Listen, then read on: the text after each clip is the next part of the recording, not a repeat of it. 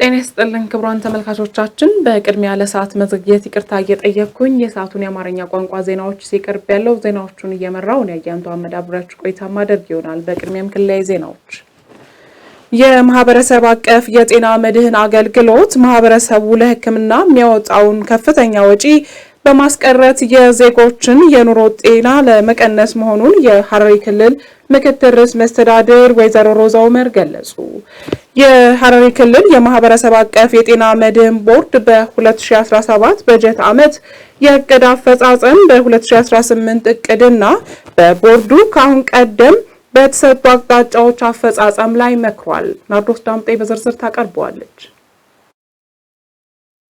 የሐረሪ ክልል የማህበረሰብ አቀፍ የጤና መድህን ቦርድ በ2017 በጀት ዓመት የእቅድ አፈጻጸም በ2018 እቅድና በቦርዱ ካሁን ቀደም በተሰጡ አቅጣጫዎች አፈጻጸም ላይ መክሯል። የሐረሪ ክልል ምክትል ርዕሰ መስተዳድርና የቦርዱ ሰብሳቢ ወይዘሮ ሮዛ ኡመር በክልሉ በማህበረሰብ አቀፍ የጤና መድህን አገልግሎት አበረታታች ውጤቶች ማስመዝገብ መቻሉን ገልጸዋል። ዜጎች በጤና ተቋማት ጥራት ያለው አቅምን ያገናዘበ ሕክምና እንዲያገኙ በማስቻል አላስፈላጊ ወጪን ያስቀረና የዜጎችን የኑሮ ጫና የቀነሰ መሆኑንም አክለዋል። አገልግሎቱ የማህበረሰቡን በጤና ተቋማት የመታከም ባህልን በማሳደግ ዜጎች ለከፋ የጤና መታወክ ሳይጋለጡ አስፈላጊውን ክትትል እንዲያገኙ በማስቻል በጤናው ዘርፍ ተጨባጭ ውጤት የተመዘገበበት መሆኑንም ጠቁመዋል። በተለይም በኢኮኖሚ ችግር ሕክምና ሳያገኙ የሚቀሩ ዜጎችን የአገልግሎቱ ተጠቃሚ ማድረግ ተችሏል ብለዋል። በቀጣይም የመድኃኒት አቅርቦት ችግርን ለመቅረፍ የተቋቋመው የማህበረሰብ አቀፍ የፋርማሲዎችንና የጤና ተቋማትን ይበልጥ በማጠናከር አገልግሎት አሰጣጡን ለማጎልበት ትኩረት ተሰጥቶ እንደሚሰራ ገልጸዋል። በክልሉ በማህበረሰብ አቀፍ የጤና መድህን አገልግሎት የተመዘገበውን ስኬት በውጤት አጅቦ ለማስቀጠል ርብርብ እንደሚደረግ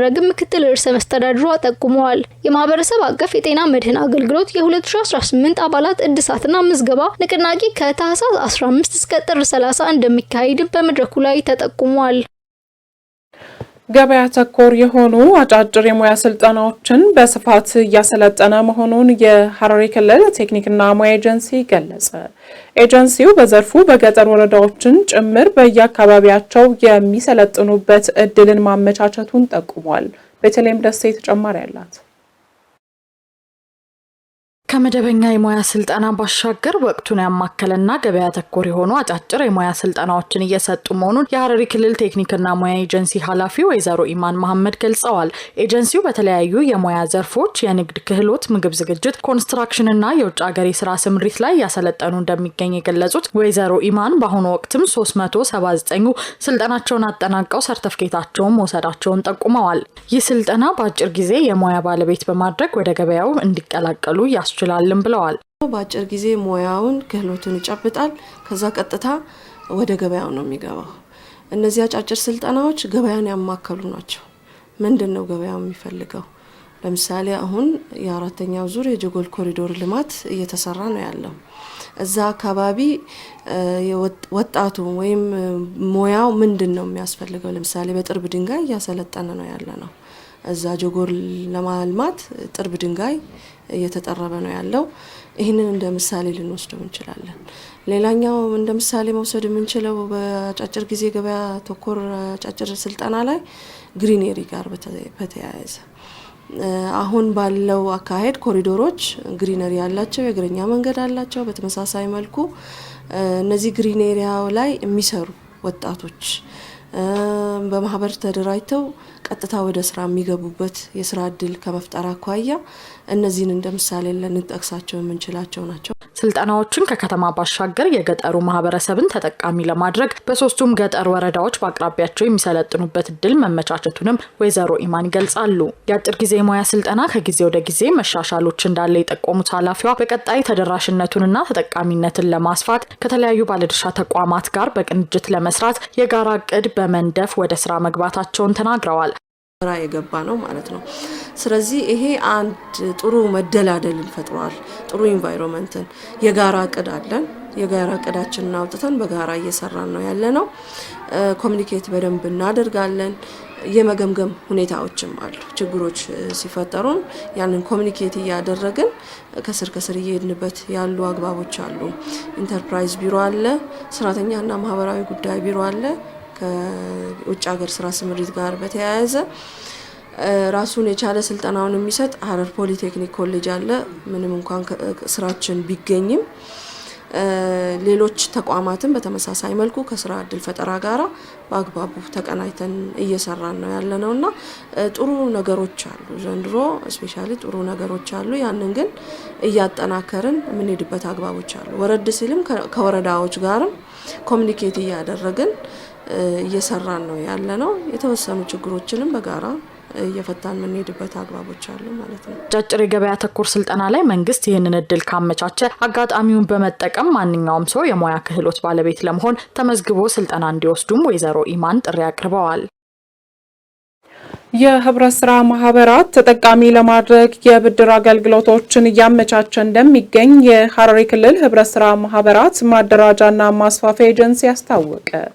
ኤጀንሲው ከሲንቄ ባንክ ጋር በመተባበር ሁለገብ የግብርና ህብረት ስራ ማህበራት የፋይናንስ አቅርቦትና አጠቃቀም ዙሪያ የግንዛቤ ማስጨበጫ መድረክ አካሂዷል። ዘገባው የትግስት በለጠ ነው። ናርዶስ ዳምጤ በዝርዝር ታቀርበዋለች። የሐረሪ ክልል ህብረት ስራ ማህበራት ማደራጃና ማስፋፊያ ኤጀንሲ ከሲንቄ ባንክ ጋር በመተባበር ለሁለገብ የግብርና ህብረት ስራ ማህበራት የፋይናንስ አቅርቦትና አጠቃቀም ዙሪያ የግንዛቤ ማስጨበጫ መድረክ አካሂዷል። የኤጀንሲው ኃላፊ አቶ አህመድ አልይ እንደገለጹት በግብርና ዘርፍ የተሰማሩ የህብረት ስራ ማህበራት በፋይናንስ አቅርቦትና አጠቃቀም ላይ በቂ ግንዛቤ እንዲኖራቸውና መሰረታዊ ሸቀጦችን በተመጣጣኝ ዋጋ በማቅረብ ለገበያ መረጋጋት ከፍተኛ አስተዋጽኦ ሊያደርጉ ይገባል ብለዋል። በአሁኑ ወቅት የዋጋ ንረትን ለማረጋጋት በትኩረት እየተሰራ እንደሚገኝና በክልሉ በተገነባው የገበሬዎች የገበያ ማዕከል የገበያ ትስስርን ለመፍጠር በቅንጅት መስራት ወሳኝ መሆኑን ጠቁመዋል። የብድር አገልግሎት ተጠቃሚ ከመሆን በፊት ምን እንደሚሰራ መለየት አስፈላጊ መሆኑን ገልጸው ብድሩ በአግባቡ ስራ ላይ መዋሉ ማረጋገጥ አስፈላጊ መሆኑንም ተናግረዋል።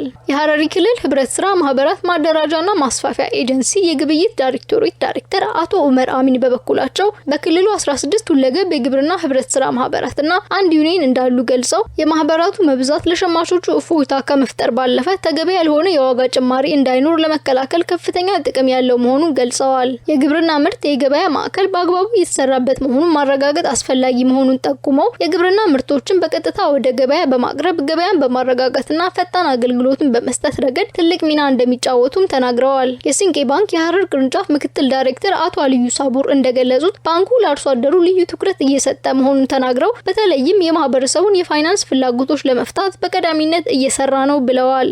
ባንኩ የፋይናንስ አቅርቦቶችን በመዘርጋት ዘመናዊ የግብርና መሳሪያዎችን፣ የዘር ግዢን፣ ማዳበሪያና ሌሎች አገልግሎቶችን ለማቅረብ ዝግጁ መሆኑን ተናግሯል። ከዚህም በተጨማሪ የብድር መስፈርቱን ለሚያሟሉ ብቁ ለሆኑ የህብረት ስራ ማህበራት አገልግሎት ለመስጠት ዝግጁ ነውም ብለዋል። በመድረኩ ተሳታፊዎች አስተያየቶችና ጥያቄዎች ተነስተው ውይይትም ተደርጎባቸዋል። ለአካባቢያቸው ልማት ከመንግስት ጎን በመቆም ውጤታማ ስራ እያከናወኑ እንደሚገኙ የሐኪም ወረዳ ነዋሪዎች ገለጹ። በወረዳው ከ10 ኪሎ ሜትር በላይ የሚሸፍን የመንገድ ኮሪደር ልማት ስራ እየተሰራ እንደሚገኝ ተገልጿል። ዘገባው የአብስራ አሰግድ ነው። ሄኖክ ግርማ በዝርዝር ያቀርበዋል። በሐረር ከተማ የተከናወኑ የኮሪደር ልማት ስራዎች የተጎሳቆሉ አካባቢዎችን ቀይረዋል። የተሽከርካሪ የእግረኛና የብስክሌት መንገዶች፣ የመንገድ ዳር መብራቶችና ሌሎች መሰረተ ልማቶች በስፋት በመገንባታቸው የከተማይቱን የቀድሞ ገጽታን መቀየራቸው ይታወቃል። የኮሪደር ልማቱ አሁን ላይም በስፋት ተጠናክሮ የቀጠለ ሲሆን ለአብነትም በሐኪም ወረዳ እየተከናወነ የሚገኘው የኮሪደር ልማት ስራ ተጠቃሽ ነው። በዚህ ጉዳይ ላይ ያነጋገርናቸው የወረዳው ነዋሪዎች እንደገለጹት ልማቱ አካባቢያቸው ድረስ በመምጣቱ ደስተኛ መሆናቸው ከመንግስት ጎን በመቆም እየተሳተፉ መሆናቸውን ተናግረዋል። መንገዱ ቀደም ሲል ጠባብና አመቺ ባለመሆኑ ለነዋሪዎች ከፍተኛ ችግር እንደነበር ገልጸው አሁን ላይ የተጀመረው ስራ ችግሩን ከመቅረፍ ባለፈ አካባቢውን ለኑሮ አመቺ እንዲሆን ያስቻለ መሆኑን አክለዋል። የክልሉ መንግስት ለልማቱ የሰጠው ትኩረት ከፍተኛ ነው ያሉት ነዋሪዎቹ የዚህ ልማት ባለቤት ማህበረሰቡ በመሆኑ ሊተባበር ይገባል ሲሉም ተናግረዋል። አሁን የሚደረግበት ልማት አሁን ምናልባት ሰዎቹን በሚመጣበት ሰዓት ላይ እንኳን ቤት ይቅርና አጥሩ ሲነካ ሊያማ ይችላል። ይሄ ደግሞ በሚመጣበት ሰዓት በሙሉ በነቂስ አሄና አከሌ ሳይባል በደስታ ነው ተቀበለ። ህዝቡ በራሱ ቤት፣ በራሱ ጉልበት፣ በራሱ ገንዘብ እያፈረሰ ነው አለ አፍርሶ ከዛም በኋላ በሚታይበት ሰዓት ከላይ እስከ ታች ድረስ በሚታይበት ሰዓት ራሱ ከፍተኛ ደስታ ነው የሚሰማው። ከዚህ ቀደምማ ልማትም የለም ነበረ ሙሉ በሙሉ ማለት ነው። ከዚህ በፊት ቆይቷል። በስንት ዓመተ ምህረት ነው ኮብል ተብሎ ተጀምሮ በየቦዩ በጅምር ቀረ እንዲሁ ተበታት ነው ማለት ነው። ልማት ያየ ነው ለኛ አሁን ነው እውነቴን ነው የምልህ ብርቅ ነው የሚሆንብን። ለምን አይተን ማናቀውን እያየን ነው። ጠባብ ነው በጣም ለልጅ የማይመች ለመኪና አይመች። ጋሪ ውሃ ጭኖ ሲሄድ መኪና ይገጭ ከነጋሪው ከነውሃ ገጭቶታል ከዚህ በፊት እዚህ አካባቢ ላይ ማለት ነው። በጣም አደጋ ነበረው። መኪናና ህዝብ አይለይም። እኛም ደግሞ ያው እንደምታውቁ አምጥተን ወደ መንገድ ነው የሰራ ነው። በጣም ችግር ነበር። በጣም ችግር ያ ችግር ደግሞ ይሄ ልማት አልቆ ይሄ የተጀመረው ግንባታ አልቆ ያንን ለውጥ ለማየት እኛ ለሁላችንም እድሜ ይስጠን። በጣም ትልቅ ደስታ ነው ያለኝ እኔ በመሰራቱ በማፍረሴ ራሱ ቤቱን ማለት መንገዱ ያው አስፈላጊ ነው። እንደገና ወደ ላይም የእምነት ተቋምም አለ። አሁን ጥምቀት ምናምን በሚመጣ ሰዓት ያው መንገዶች ይጠባሉ። መንገዱ መስፋቱ ምንም ይሄ እንትን የለውም። ስለዚህ ያው እኔም ራሴ አሁን 5 ቤት ነው ያፈረስኩት ማለት ያለው ነገር እኔ ግን ቀን ሰራተኛ ነኝ። ያለው ነገር ግን ያው የመንግስትንም ልማት ያው ምንም ከመንግስት ጋር ያለንን ነገር ያው በስነ ስርዓቱ አንድም ነገር እንትን አላል አፍርሱ ስንባል አፍርሰን ነው በራሳችን እጅ ነው ያፈረስነው። እየሰራን ነው ያው ደና ነገር እኛም እኮ ደና ነገር ማየት እንፈልጋለን። ያው አቅም ቢኖረን የተሻለ እንደውም ሌሎች ነገሮችን ሰርተን ብናሳይ ደስ ይለናል። ስለዚህ ይሄንን ያው አድርገናል ማለት ነው እና ደስተኞች ነን ያው ሰፊ መንገድ ማየታችን። የአኪም ወረዳ ዋና አስተዳዳሪ አቶ ዙቤር መሐመድ በበኩላቸው ከአራተኛ ግብርና ማዞሪያ ጀምሮ እስከ ጊዮርጊስ ቤተክርስቲያን ከአራተኛ አደባባይ ገብርኤል ቤተክርስቲያንን ጨምሮ እስከ ኬር የሚወስደው የውስጥ ለውስጥ መንገድ ግንባታ እየተከናወነ መሆኑን ገልጸዋል። ለዚህ የልማት ስራ ማህበረሰቡ በነቂስ በመነሳት የራሳቸውን አስተዋጽኦ እያደረጉ መሆናቸውንም ገልጸዋል። እዚህ እንግዲህ ኮሪደር ልማት ስራዎች ላይ ማህበረሰብ በነቂስ በነቃነት በደስታ ተሳትፎ ልማት ማማር ውበት የራሳችን ነው ብለው ወስደው በሌላ አካባቢ ላይ እየተሰሩ ያሉትን የኮሪደር ልማት ስራዎች እኛ አካባቢ ስለምን አይመጣም ብለው ሲጠይቁ የነበረው መጀመሪያም የነሱ የማህበረሰቦቻችን ጥያቄ ነውና ያንን ጥያቄ ወስደን እኛም ደግሞ መተን ከነሱ ጋር ተወያይተን ስራ ከጀመርን በኋላ ሁሉም በደስታ ራሱ አፍርሰው ራሱ ተመልሶ ገንብቶ እኛ የባለሙያ ድጋፍና እንዲሁም ደግሞ የአሰራር ይዘቱን በማሳየት ሁሉም ማህበረሰብ በደስታ ኮሪደር ልማቱ ላይ ተሰማርቶ እየሰራ የሚገኝበት ሁኔታዎች ናቸው ያሉትና አሁን እንደሚታየው እንግዲህ ይህ ዘርፈ ብዙ የኮሪደር ልማት ስራዎቻችን ከሞላ ጎደል ወደ 50% እየተከናወነ ያለበት ሂደቶች ናቸው ያሉት። አሁን ደግሞ በአጭር ጊዜ ውስጥ ቀሪ ስራዎቹ እጅግ በጣም ትንሽ ናቸውና ወደ ማጠቃለያ ወደ ማጠናቀቅ እየሄድን ያለንበት ሁኔታዎች ናቸው ያሉት ማለት ነው። እየተሰራ ያለው የተሽከርካሪና የእግረኛ መንገድ ከ10 ኪሎ ሜትር በላይ የሚሸፍን ነው ያሉት አስተዳዳሪው የልማት ስራዎችን በአጭር ጊዜ ውስጥ በማጠናቀቅ ለአገልግሎት ክፍት ይሆናሉ ብለዋል። በክልሉ እየተሰሩ ያሉ የልማት ስራዎች ማህበረሰቡን ያሳተፉ መሆናቸው ውጤታማ አድርጎታል ሲሉ አክለዋል። መንግስት የጀመረው የልማት ስራ ህብረተሰቡን ያሳተፈ በመሆኑ ውጤታማ ስራ እየተሰራ መሆኑን በሐረሪ ክልል የአቦከር ወረዳ ነዋሪዎች ገለጹ። ነዋሪዎቹ የልማቱ ተጠቃሚ በመሆናቸው ደስተኛ መሆናቸውን ተናግረዋል። አብስራ ሰግድ በዝርዝር ታቀርበዋለች። በሐረሪ ክልል በአቦከር ወረዳ የውስጥ ለውስጥ መንገድ ግንባታ ከአካባቢው ነዋሪዎች ጋር በመሆን እየተሰራ ይገኛል። በወረዳው ነዋሪ የሆኑት የማህበረሰብ ክፍሎች እንደገለጹትም ቀደም ሲል የውስጥ ለውስጥ መንገዱ ጠባብ በመሆኑ ምክንያት ለአደጋ ያጋልጣቸው እንደነበረ ተናግረዋል። አሁን ላይ እየተሰራው ያለው የመንገድ መሰረተ ልማት ሰፊ የእግረኛ መንገድ ያለው በመሆኑ ቀድሞ ሲያጋጥሙ የነበሩ ችግሮችን በከፍተኛ ሁኔታ እንደሚቀርፍም አክለዋል። ነዋሪዎቹ አክለውም ከወረዳው ጎን በመሆን የልማቱ ተሳታፊ ሆነው የራሳቸውን የመኖሪያና የንግድ ቦታዎች በፈቃደኝነት በማፍረስ የድርሻቸውን እየተወጡ መሆኑንም ተናግረዋል። እኔ በበኩሌ እጅግ በጣም ነው ደስ የሚላል። ልማቱ ደስ ይላል። በፊት እዚህ ሰውና መኪና እየተጋፋ እየሄደ አደጋም እየተፈጠረ ነበረ። አሁን ይሄው መንገዱም ይሄው ፈርሶ እንደምታዩ ይሄው መንገድ ሊወጣልን ነው። ጥሩ ነገር ልናይ ነው። በዚህ በቀበሌያችን ብዙ አይነት ለውጥ በደሃም ብቲ በመንገድም ብቲ ብዙ ነገር እየታየ ነው። እኔ በበኩሌ ከላይ እስከታች ያሉትን አመራሮች በእኔ በኩል ላመሰግን ወዳለሁ። ልጆቻችንም እዚህ መንገድ ላይ ነበር የሚጫወቱት። ከዚህ በፊትም አደጋ ደርሶ ነበረ በህፃን ልጅ ላይ ማለት ነው እና ያ የእግረኛ መንገድና መኪና መንገዱ መለየቱ ደስተኛ አድርጎናል። ለሰፈራችንም ውበት ነው። ሰፈራችን ማማሩ ያው እንደሚታወቀው ከዚህ በፊት የሚደረገው ትልልቅ ጎዳና ላይ ነበረ ልማቱ የኮሪደር ልማቱ። ሰፈራችን ይገባል ብለን አስበን አናውቅም። መቼም እንደዚህ ያው የውስጥ መንገድ ስለሆነ ልማት ይደረግና ሰፈራችን ያምራል የእግረኛ መንገድ ይገባል ብለን አስበን አናውቅም። ጥሩ ነው። እኔ በበኩሌ በጣም ደስተኛ ነኝ። እዚህ ልማት ላይ በጣም ደጋፊ ነኝ። ይሄ ልማት ማለት እኔ በዚህ እስካለው ድረስ 3 መንግስት አይቻለሁ እንደዚህ አይነት ልማት አይቻለቅም ስለሆነ ከሆነ ማለት ነው። እኔ አጥሬ ነው የፈረሰው። በመፍረሱ ሌላም ቢጨመር ደስተኛ ነኝ። ሁለተኛ ደግሞ ማንኛውም ሰው ሲኖር አሁን ሌላ ሰፈር ሄጄ ሳይ በጣም ደስ ይለኛል። ሰፈሬ መቼ ነው እንዲህ ነው የሚሆነው የሚለው ነገር ውስጤ ነበረ። አሁን ደግሞ በሰፈሬ ስለተጀመረ በጣም ደስተኛ ነኝ እና ባለው ነገሮች ሁሉ ነገር ደግሞ ደስተኛ ነን። ያው በሚሰራው ዙሪያ ሁሉ ነገር ደስተኛ ነን። የወረዳችን ደግሞ በድንቅ ማመሰግናቸው ነገር ቢሆን የወረዳችን ሰራተኞች ከትልቅ ከትንሽ ያሉት በጣም እጅግ ሆነው እየሰሩ ነው። እየመጡ እየሰሩ እየጠየቁን እነሱም እኛን ከነሱ ጋር ሆነን ለወደፊትም ለወደ ኋላም መስራት ዝግጁ ነን። የአቦከር ወረዳ አስተዳዳሪ አቶ ሱልጣን ሳኒ እንደገለጹት በወረዳው በተለያዩ ጊዜያት ከማህበረሰቡ ሲነሱ የነበሩ የልማት ጥያቄዎች ምላሽ እየተሰጠ ነው ብለዋል። አሁን እየተሰራ ያለው የውስጥ ለውስጥ መንገድ ማህበረሰቡን በማወያየትና በማሳተፍ በኔነት ስሜት እየተሰራ እንደሚገኝም ተናግረዋል። ተማሪዎች ይሄዳሉ፣ ትላልቅ ሰዎች ይሄዳሉ። እነዛ ደግሞ መንገደኛን እግረኛና መኪናዎችን መለየት አለበት። ለዛ ደግሞ በተደጋጋሚ በመድረክ ላይ እንደ መልካም አስተዳደር ጥያቄዎች ሲነሳ የነበሩ የልማት ጉዳዮች ነበሩ፣ የእግረኛ መንገድ ጉዳዮች ነበሩ። ከዛ ደግሞ ይህንን ስራውን ለመስራት አካባቢውን ማህበረሰቡን በማወያየት የተነሱ ጥያቄዎቹን ወደ ስራ ከመግባታችን በፊት ህዝቡ ለልማቱ ፍቃደኝነት እንዲሆኑ አንደኛ ፍቃደኝነት የሚያስፈልገው አጥራዎቻቸው አለ፣ ቤቶች አሉ። እነዚህን ደግሞ ማህበረሰቡ የኔነት ስሜት እንዲሰማው በራሱ ፍቃደኝነት እንዲያነሳውና በራሱ ፍቃደኝነቱን ካነሳ በኋላ መንግስት ደግሞ ማህበረሰቡን በማሳተፍ የተለያዩ ባለሀብቶችንም በማሳተፍ ሌሎች ተሽከርካሪ ያላቸውንም በማሳተፍ አፈር ከዚህ አካባቢ በማንሳት ማሽነሮችን ከባለሀብቶችም በመጠየቅ ይህን ስራዎች እንዲሰራ ነው ያደረግነው ማለት ነው። የወረዳው ነዋሪዎች በራሳቸው ተነሳሽነት የልማቱ ተሳታፊ በመሆን ስራዎች በቀልጣፋ መልኩ እንዲጓዝ እያደረጉ መሆኑን አቶ ሱልጣን ገልጸዋል። እየተሰራ ያለው የእግረኛና የተሽከርካሪ መንገድ ከ1 ኪሎ ሜትር በላይ የሚሸፍን መሆኑንም አክለዋል።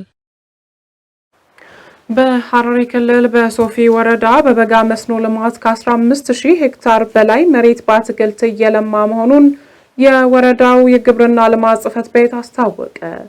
በወረዳው የሚገኙ አርሶ አደሮች ምርትና ምርታማነትን ለማሳደግና በበጋ መስኖ ተጠቃሚ ለመሆን ትኩረት ሰጥተው የሰሩ መሆኑን ገልጸዋል። ዘገባው የባልደረባችን ጌትነት ዘውዴ ነው። ቃዱ በላይ ተጨማሪ ያለው።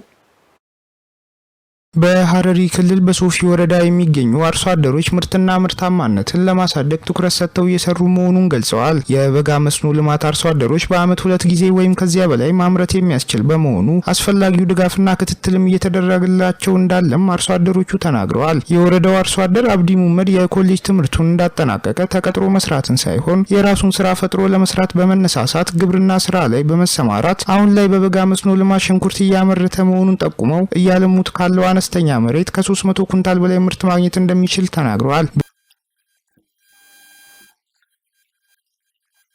ትምህርቴን እንደጨረስኩ ስራ ፍለጋ ሌላ ቦታ አልሄድኩም። በመስኖ ስራ ተሰማርቼ ሽንኩርት እያመረትኩ ነው። በአሁኑ ጊዜ 2 ሄክታር መሬት ላይ እያመረትኩ ነው። ቢያንስ እስከ 300 ኩንታል አገኛለሁ ብዬ ገምታለሁ። እያጋጠመን ያለው ችግር ያመረትነውን ወደ ገበያ ለማውጣት የመኪና መንገድ ችግር አለ። ይህንን ችግር መንግስት አይቶ እንዲፈታልን ጠይቀናል።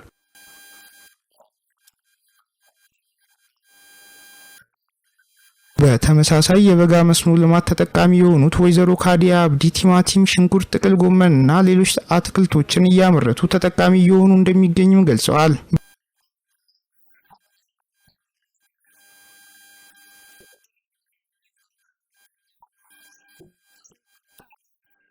እኔና ቤተሰቦቼ ሽንኩርትና ሌሎችን ምርት እያመረትን ነው።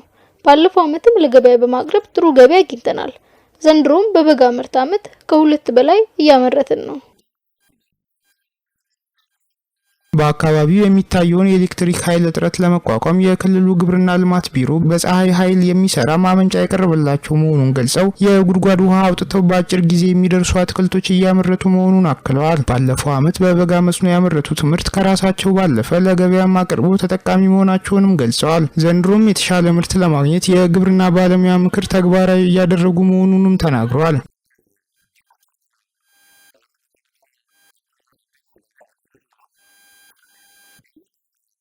አሁን ያለነው ኢመርዲን ቀበሌ ማህበር ውስጥ ነን። ይህም ቀበሌ እንደ ሶፊ ወረዳ ሞዴል የሆነ ቀበሌ ነው። ከዚህ 4 ዓመት በፊት የተወሰኑ አርሶ አደሮችን መርጠን ለልምድ ልውውጥ እስከ ቢሾፍቱ ወስደን አርሶ አደሩ የወሰነው ልምድ በበጋ መስኖ ሰርተው ውጤታማ ሆነዋል። በቡርቃ ቀበሌ ማህበር 123 አርሶ አደሮች ውሃ በመቆፈር ምርትና ምርታማነትን ለመጨመር እየሰሩ ነው።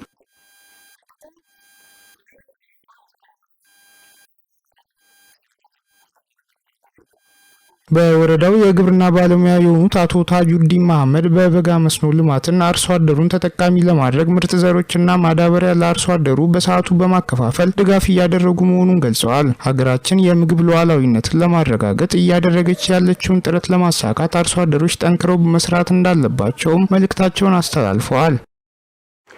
የክልሉ ማረሚያ ቤት ኮሚሽን አባላት የኮሚሽኑ ተልዕኮ ተረድተው ኃላፊነታቸውን መወጣት አለባቸው ሲሉ የክልሉ ጠቅላይ አቃቢ ሕግ ቢሮ ኃላፊ አቶ አዩብ አህመድ ገለጹ። ለሐረሪ ክልል ማረሚያ ኮሚሽን የፖሊስ አባላትና አመራሮች የአቅም ግንባታና የፖሊስ ስነ-ምግባር ላይ ለ3 ቀናት ሲሰጥ የነበረው ስልጠና ተጠናቋል። ዝርዝሩ በተከታይነት ይቀርባል። የሐረሪ ማረሚያ ፖሊስ ኮሚሽን የአቅም ግንባታ ስልጠና ለአባላቱ ለ3 ቀናት ሲሰጥ የነበረው ስልጠና ተጠናቋል። በስልጠናው ማጠቃለያ ንግግር ያደረጉት የሐረሪ ክልል ጠቅላይ አቃቢ ሕግ ቢሮ ኃላፊ አቶ አዩብ አህመድ የማረሚያ ፖሊስ ኮሚሽን ተልዕኮውን በአግባቡ እየተወጣ መሆኑን ጠቁመው ስልጠናው አባላቱ ከተለያዩ አመለካከት በጸዳ መልኩ ታራሚዎችን በስነ ልቦና ለመገንባት እንደሚረዳ ገልጸዋል። ክህሎትን መጨመር የተቋምን ያፈጻጸም ደረጃ ከፍ ያደርጋል። የማረሚያ ኮሚሽን ያሰጠው አቅም ከፍ ማለት አለበት። ስልጠና ወስራችሁ እኛም እንዳይጥር ለተቋም ቅድም እንይዘው የስልጠና ውጤት የተቋም ኤፊሺየንሲና አፈጻጸምን ከፍ አድርጎ እንድናይ ነው። ስልጠና ወስደን እውቀቱን ለግል አድርገን በኤቲክስ አበላሽተን ተቋም ወደታችን መሳብ የለብንም ማለት ነው። ስለዚህ ተከታታይነት ባለው መልኩ አቅም በሚገነባ መልኩ ስልጠና እየሰጠን ያለን ተቋም የገንባት ስራችንን ስቴፕ ባይ ስቴፕ ከፍ እያደረግን እንሄዳለን። በዛው ልክ አባል የመመልመል ስራ፣ አባል የማብቃት ስራ፣ ስትራክቸር የማብቃት ስራ፣ የህግ ማሻሻያዎችን እየሰራ እንሄዳለን። እነዚህ ነገሮች ግን ስናደርግ የማረሚያ ኮሚሽኑን ተቋማዊ ዓላማ የማስፈጸም አቅሙን ለመጨመር የምናደርገው ጥረቶች ናቸው።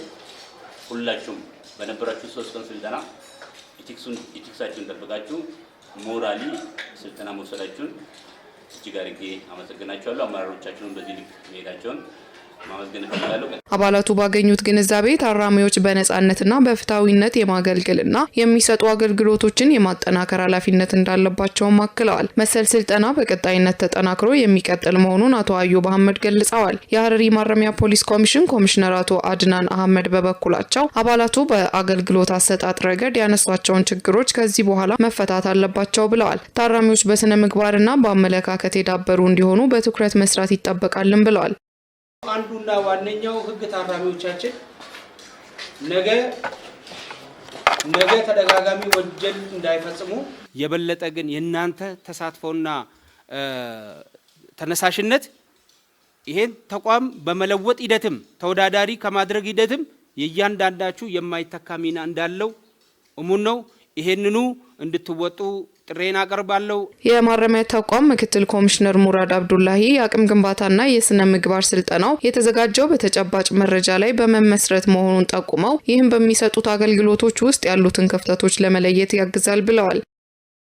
እና ይህ ስልጠና ቅድም እንዳልኩት ሲጀመርም እንዳነሳሁት በመረጃ ላይ በተደገፈ በጥናት ላይ የተደገፈ ነው። ቢያንስ አሉብን የምናቸው ክፍተቶች ሊሸፍን ሊተካ ሊያስተካክል ሊያርም የሚችል ስልጠና ነውና በዚህ ስልጠና በኋላ የተሻለ አፈጻጸም ይኖራል የሚል እምነት አለኝ። እንዲሁም በዜጎች ሰብአዊ መብት አካባቢ ዙሪያ ላይ የአባላት የባህሪ የስነ ምግባር ችግሮች ዙሪያ ላይ እንዲሁም አባሉ ደንቡን መመሪያውን አውቆ ህጉን አውቆ በሚገባ መብትና ግዴታውን ተረድቶ የሚንቀሳቀስ እንዲሆን ከማድረግ አንጻር እና እንዲሁም ቀጣይ ላለው ሀገራዊ ምርጫም ጭምር ከማብቃትም አንጻር ከወዲሁ ራስን ከማዘጋጀት አንጻር እንዲሁም ተቋሙ አባላትና አማሩ ከወቅቱ ጋር አብሮ የሚራመድ መሆን አለበት። ታራሚዎች ቆይታቸውን ጨርሶ ሲወጡ አምራይ ዜጋ እንዲሆኑ ከማድረግ አንጻር አባላቱ ሚናቸውን ሊወጡ ይገባል ሲሉም ገልጸዋል።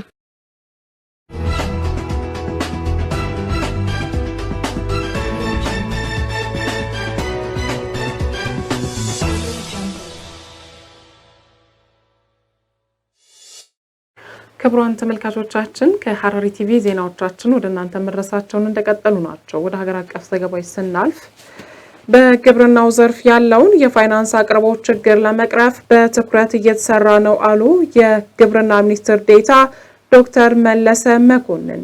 በሌላ ዜና በኢትዮጵያ የሚገኙ ዩኒቨርሲቲዎች ሀገር በቀል እውቀቶች ሳይንሳዊ በሆነ መንገድ ተደግፈው አገልግሎት ላይ እንዲውሉ በትኩረት መስራት እንዳለባቸው የትምህርት ሚኒስቴር አሳሰበ።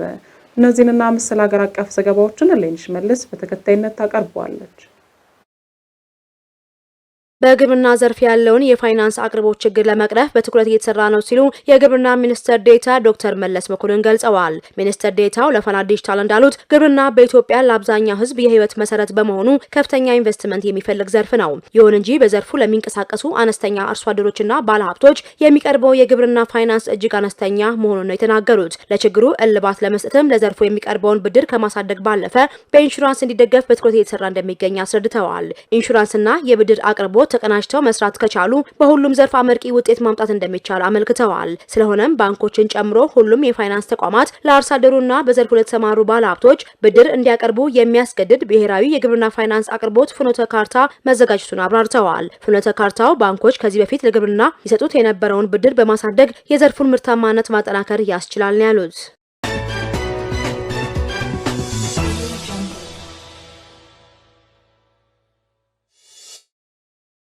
በኢትዮጵያ የሚገኙ ዩኒቨርሲቲዎች ሀገር በቀል እውቀቶች ሳይንሳዊ በሆነ መንገድ ተደግፈው አገልግሎት ላይ እንዲውሉ በትኩረት መስራት እንዳለባቸው የትምህርት ሚኒስቴር አሳስበዋል። የትምህርት ሚኒስትር ዴኤታ ኮራ ጡሽኔ ሀገር በቀል እውቀቶችን ጥቅም ላይ ለማዋል ያለመ የአሰልጣኞች ስልጠና ማስጀመሪያ መርሃ ግብር ላይ እንደገለጹት ሀገር በቀል እውቀት ለአንድ ሀገር እድገት ወሳኝ በመሆኑ በዘመናዊ መንገድ ሊመራ ይገባል። ዘርፉ ያልተነካ የሀገር ሀብት ከመሆኑም ባለፈ ዜጎች በማህበራዊና በስነ ልቦናዊ ሁኔታ ጠንካራ እንዲሆኑ የሚያስችል መሆኑን አብራርተዋል። የስልጠናው ዋነኛ ዓላማ በሀገሪቱ ዘርፉ የሚገኙ ሀገር በቀል እውቀቶችን ወደ ተግባር ለማውረድ መሆኑን የገለጹት ሚኒስትር ዴኤታው ከስልጠናው በኋላ የሀገር በቀል እውቀቶችን የተሟላ መረጃ የማጠናከር ስራ እንደሚከናወን አስረድተዋል። ዩኒቨርሲቲዎችና ምሁራን ይህንን የሀገር ሀብት ወደ ምርምርና ተግባራዊ አገልግሎት በመለወጥ ረገድ ግንባር ቀደም ሚናቸውን እንዲወጡም ጥሪ አቅርበዋል።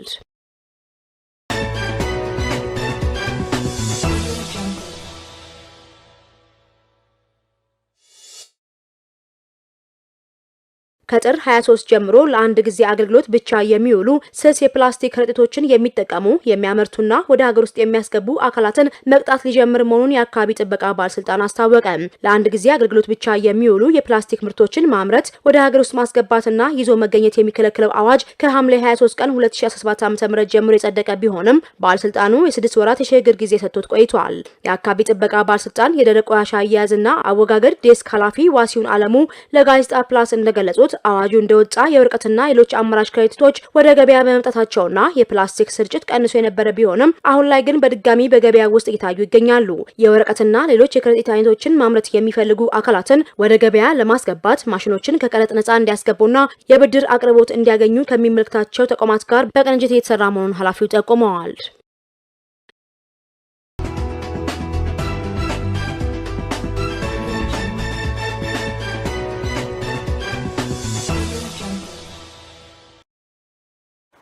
ወደ ዓለም አቀፍ መረጃዎች ስናልፍ በናይጄሪያ ታግተው የነበሩ ቀሪዎቹ 130 ተማሪዎች መለቀቃቸውን የሀገሪቱ ባለስልጣናት ተናገሩ።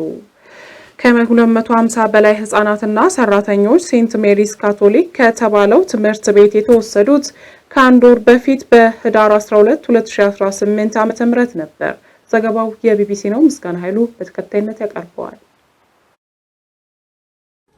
የናይጄሪያ ባለስልጣናት ከካቶሊክ አዳሪ ትምህርት ቤት ተወስደው ከነበሩ ተማሪዎች ውስጥ ሳይመለሱ የቀሩትን 130 ታጋቾች ማስለቀቃቸውን ገለጹ። የናይጄሪያ ፌዴራል መንግስት በኒጀር ግዛት በተፈጸመው አስከፊ የጅምላ እገታ የተወሰዱ ተማሪዎች መለቀቃቸውን የድልና የእፎይታ ጊዜ በማለት ገልጾታል። ከ250 በላይ ህጻናትና ሰራተኞች ሴንት ሜሪስ ካቶሊክ ከተባለው ትምህርት ቤት የተወሰዱት ከአንድ ወር በፊት በህዳር 12 2018 ዓ.ም ነበር። በዚያ ወር መጨረሻ ከታጋቾች ውስጥም 100 ገደማ የሚሆኑት ህጻናት ተለቀዋል። ባለስልጣናቱ ባወጡት መግለጫም የቀሩት 139 ልጆችና ሰራተኞችን ማዳን መቻሉን አረጋግጠዋል። አንድም ተማሪ ታግቶ አልቀረም ሲሉም አክለዋል። ከእገታ የወጡ አጠቃላይ ተማሪዎች ብዛትም 230 መሆኑን የሀገሪቱ ፕሬዝዳንት ቃል አቀባይ ባዮ ኦናጋኦ እሁድ ዕለት ተናግረዋል። እገታው ከተፈጸመበት ጊዜ አንስቶ በትክክል ምን ያህል ሰዎች እንደተወሰዱ እና ምን ያህል እገታ ውስጥ እንደቀሩ ግልጽ አይደለም። የሀገሪቱ መንግስት የቀሩትን ተማሪዎች በምን አይነት መንገድ እንዳስመለሰ አሊያም የማስለቂያ ገንዘብ ተከፍሎ እንደሆነ በይፋ አልተናገረም። ቃል አቀባዩ የተማሪዎችን መለቀቅ በኤክስ ገጻቸው ይፋ ካደረጉት ልጥፍ ጋር እየሳቁ እጆቻቸውን እያውለበለቡ ያሉ ህጻናት ምስል አያይዘዋል። ተማሪዎቹ ዛሬ ሰኞ የኒጀር ግዛት ዋና ከተማ ወደ ሆነችው ሚና ይደርሳሉ ተብሎ ይጠበቃል። ከዚህ ቀደም ተማሪዎቹ በተለቁበት ወቅት የአጎራባቿ ናስራዋ ግዛትም ገዢ የሆኑት አብዱላሂ ሱሌም ለአገር ውስጥ መገናኛ ብዙሃን እንደተናገሩት ታጋቾቹን በማስመለስ ሂደት ውስጥ የፌዴራል መንግስት ቁልፍ ሚና ተጫውቷል። ከደህንነት ጋር በተያያዘ ምክንያቶቹ የተነሱ ግን በመጋረጃ ጀርባ ምን አይነት ጥረቶች እንደተደረጉ እንደማይገለጽም አስረድቷል። የናይጄሪያ ክርስቲያኖች ማህበር እንደገለጸው ከሆነም 50 ተማሪዎች ለእገታ እየተወሰዱ ሳለ ማምለጥ ችለዋል። እስራኤል በወረራ በተያዘው ዌስት ባንክ የሚገኙ 19 አዲስ ሰፈራዎችን አጸደቀች። በዓለም አቀፍ ሕግ መሰረት እስራኤል በዌስት ባንክ የምታካሄዳቸውን ሰፈራዎች ህገወጥ ተደርገው እንደሚቆጠሩ ይታወቃል። ለቢቢሲ ዘገባ ባህር ጠንክር።